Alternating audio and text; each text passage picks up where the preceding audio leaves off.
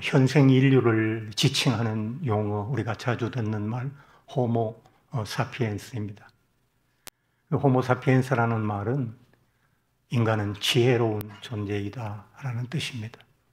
근데 잘 알려지지는 않았지만 그 다음에 현생 인류 특징 짓는 두 번째 말이 뭐냐니까 호모 소시알리스라는 말입니다. 인간은 사회적 동물이라는 뜻입니다. 인간은 또 다른 사람들과 혼자서 살아갈 수 없고 또 다른 사람들과 관계를 맺으며 그들과 소통하고 협력하여 집단을 이루면서 살아가는 존재이다 라는 뜻입니다. 가장 가까이 가족이 있고 곁에는 친구나 이웃이 있고요. 일터에 가면 상사나 부하나 동료가 있고 신앙생활에도 형제와 자매가 있습니다. 우리는 이 수많은 사람들 속에서 함께 살아갑니다. 그리고 이렇게 어울려 살아가는 그 전 과정을 통틀어서 인간관계라고 말을 합니다. 그러면 우리는 왜 그렇게 살아가느냐? 하나님께서 우리를 그렇게 만드셨기 때문입니다. 그 말씀이 창세기 2장 18절에 나오죠. 사람이 혼자 사는 것이 좋지 못하니, 하나님의 말씀입니다. 그래서 하나님께서 아담에게 하와를 아내로 만들어 주셔서 인류 최초의 관계는 부부의 관계로 시작이 되었습니다. 부부의 관계가 시작이 되니까 부모 자녀의 관계가 생기게 되고 부모 자녀의 관계 속에서 자녀들이 번성하니까 형제와 자매의 관계도 생겨나고 그 촌수가 넓어지고 옅어지면서 친척도 생기고 친지도 생기고 더 멀어지고 더 엷어지면 또 다른 민족들도 생겨나게 된 것입니다. 그러나 이 모든 사람과 사람 사이의 관계의 출발은 하나님의 좋은 의도로 시작된 겁니다.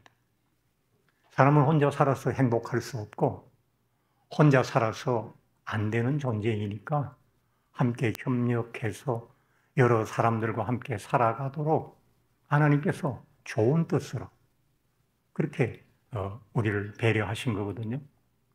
좋지 아니하다 할 때 좋다라는 그 단어는 토브라고 하는 단어인데 그냥 좋지 않다 이렇게 번역을 해도 되지만 고대는 언어가 발달하지 않았으니까 한 단어에 여러 뜻을 함께 쓰는 경우가 많거든요.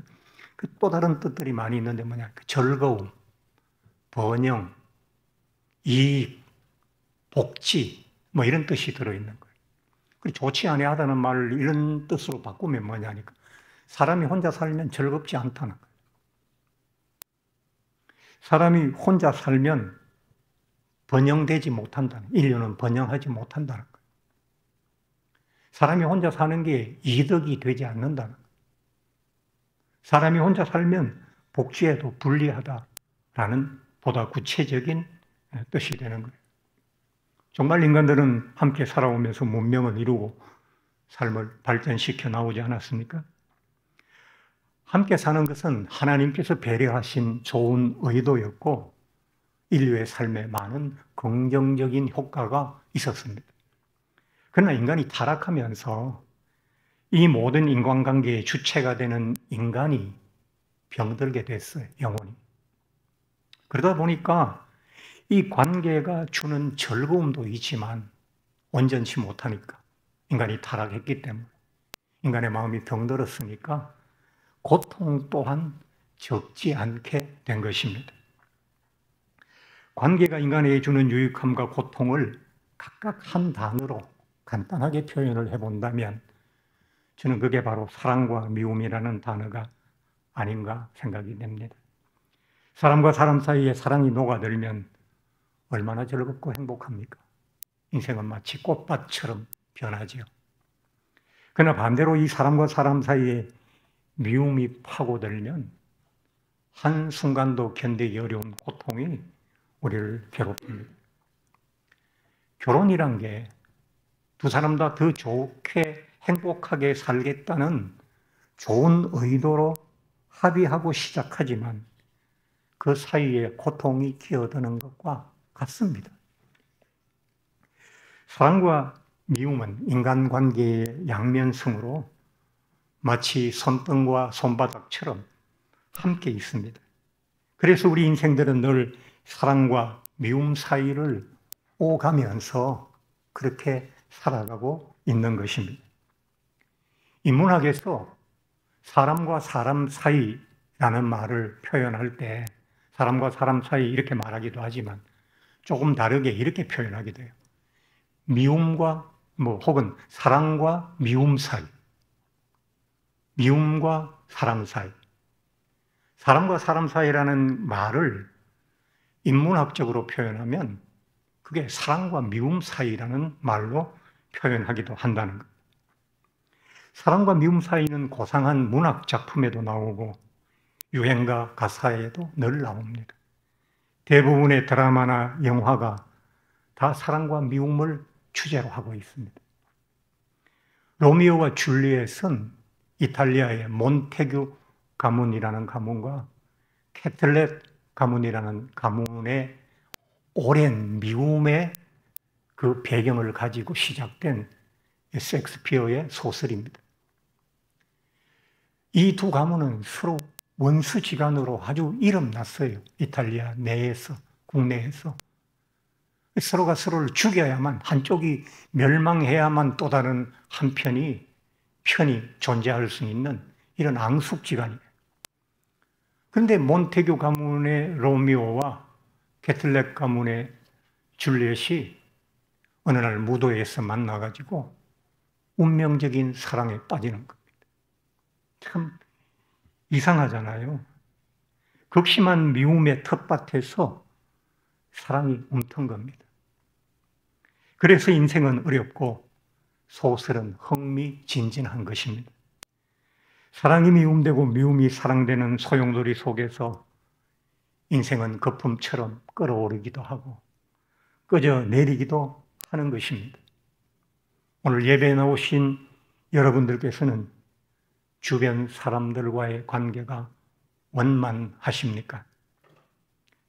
아니면 혹 어떤 사람 때문에 속이 상하거나 잠 못 이루신 적은 없으십니까?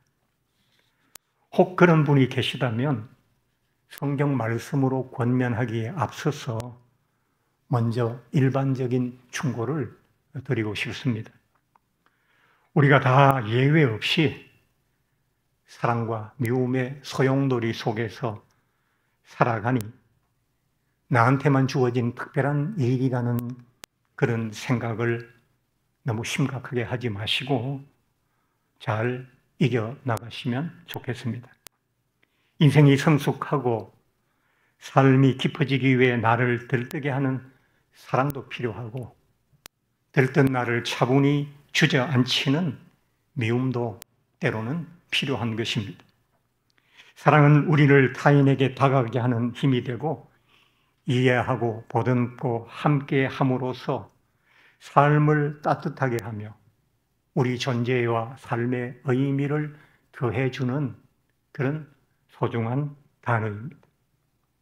미움은 사랑의 그림자처럼 따라붙어서 절망과 상처와 아픔을 주지만 그런 감정의 진폭 속에서 우리는 어른이 되어가고 하나님의 사람으로 만들어져 가고 있는 것입니다. 그러므로 크리스찬들은 사랑을 배우고 미움을 견디는 힘을 키워야 합니다. 본문을 다시 읽고 성경의 권면을 여러분에게 말씀드리겠습니다. 누구든지 하나님을 사랑하노라 하고 그 형제를 미워하면 이는 거짓말하는 자니 보는 바 그 형제를 사랑하지 아니하는 자는 보지 못하는 바 하나님을 사랑할 수 없느니라.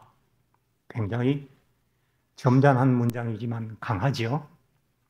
사도 요한은 무슨 생각과 의도로 이 말씀을 했을까요?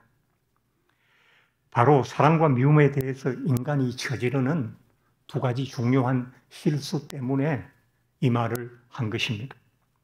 그 두 가지 실수는 착각과 위선입니다. 설명을 좀 드려보겠습니다. 우리는 누구를 미워하거나 혹 사랑하지 못할 때 반드시 이런 마음을 우리가 갖거나 이런 이야기를 하게 되죠. 뭐냐 하니까 내가 그 사람을 사랑하지 못하는 건 그 사람에게 이유가 있다. 못되거나 마음에 안 들거나 못났거나 부족하거나 성에 안 차거나 어떤 이유든지 그가 내게 미움받는 이유는 미움받을 이유가 그에 있기 때문이고 그가 내게 사랑받지 못하는 것은 사랑받지 못할 이유가 그에게 있기 때문이라고 그래서 그 사람이 미움받을 짓을 했기 때문이라고 생각하는 겁니다.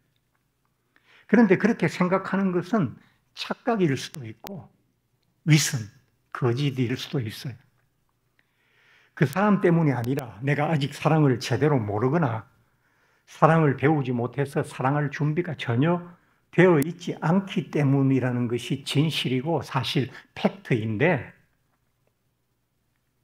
내가 사랑이 없거나 사랑할 준비가 되어 있지 않다라는 것을 모르고 착각해서 그런 이야기를 하거나 아니면 그걸 알면서도 굳이 변명하기 위해서 그렇게 말한다면 그건 위선이라는 겁니다.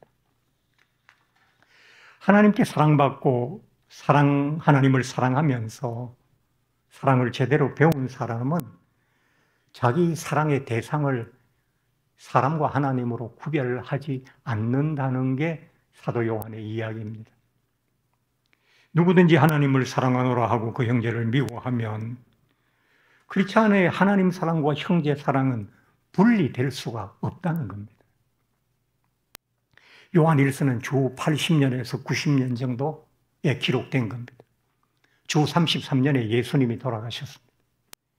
예수님이 돌아가시고 이제 한 세대밖에 지나지 않았어요. 그럼 예수님이 살아계실 때 사랑을 외치시던 그 모습을 생전에 본 사람들도 아직 존재하는데 그때 그 은혜롭던 초대교회에 벌써 형제에 대한 미움이 교회의 문제로 자리 잡고 있었다는 거예요. 그들은 크리스찬으로서 초대교회 성도로서 자신에게 사랑이 없음을 스스로 인정하고 싶었겠습니까? 인정하기 싫죠.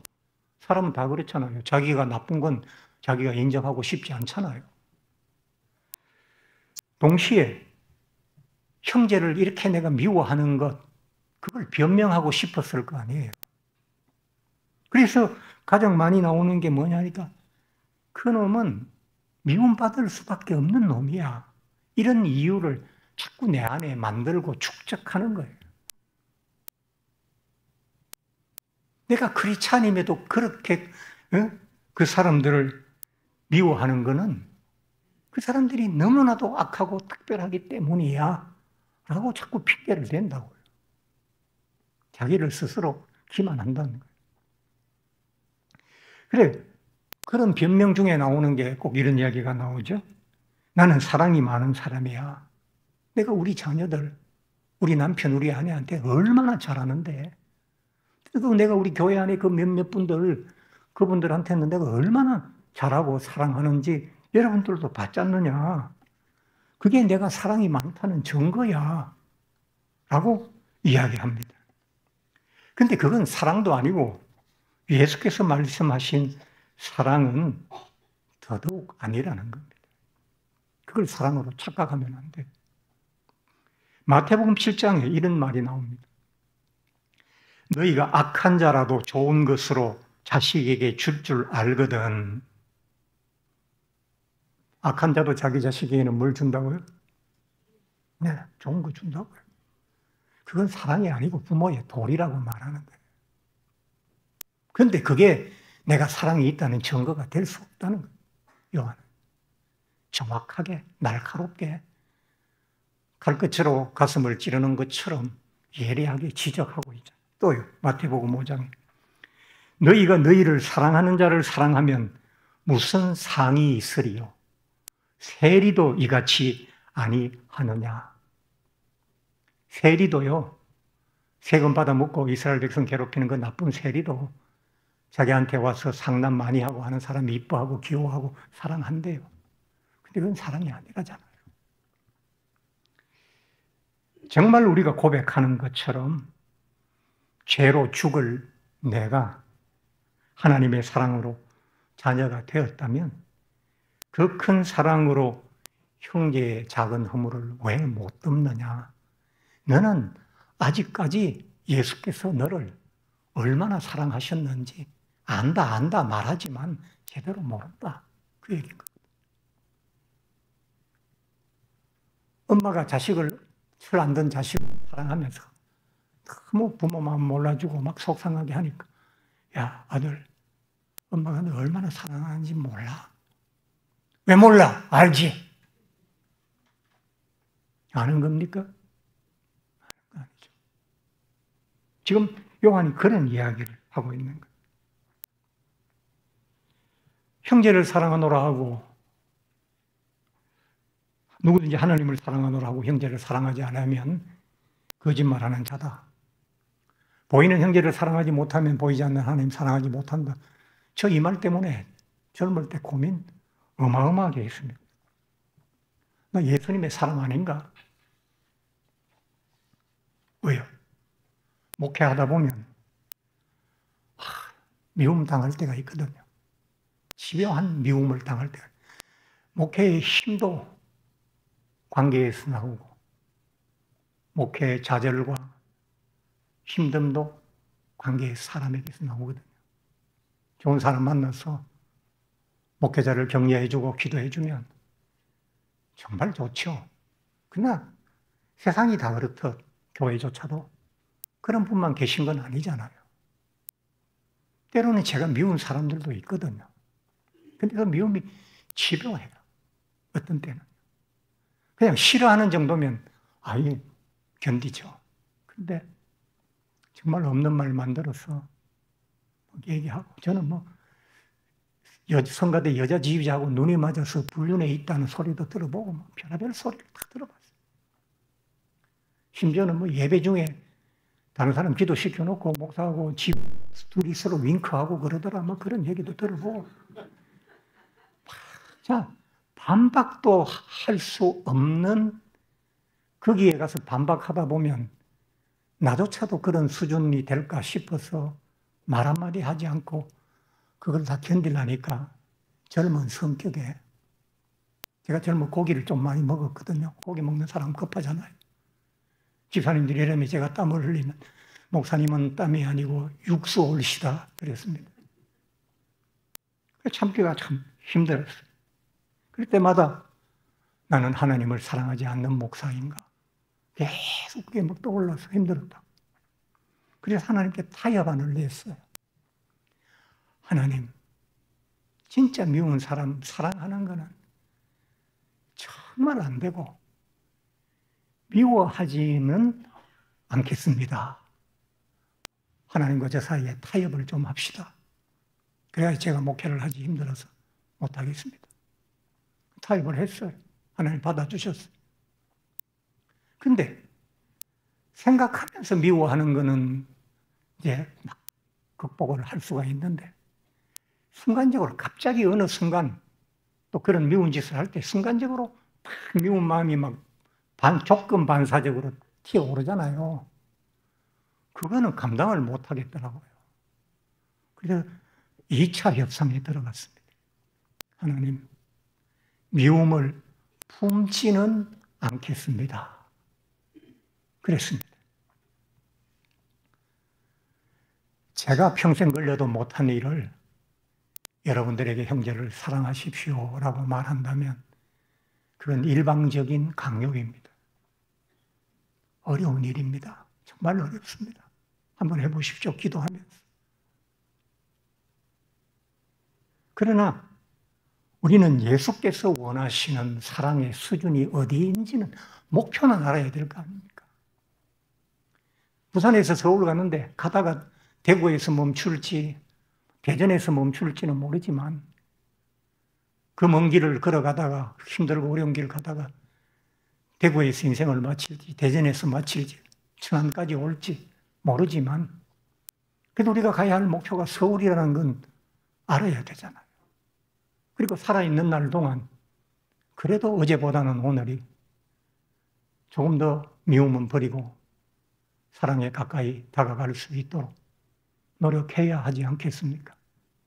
저는 그런 마음으로 여러분께 오늘 말씀을 드리는 겁니다.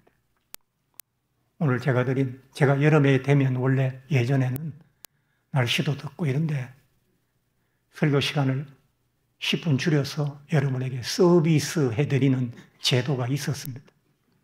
오늘 이제 말씀을 정리하겠습니다. 오늘 이 말씀이 사람 때문에 상처 입은 분들에게 위로가 되었으면 좋겠고요. 예수님의 사랑을 다시 품는 그런 출발의 기회가 되었으면 좋겠습니다. 여러분의 기도와 노력을 하나님께서 도와주실 줄로 믿습니다.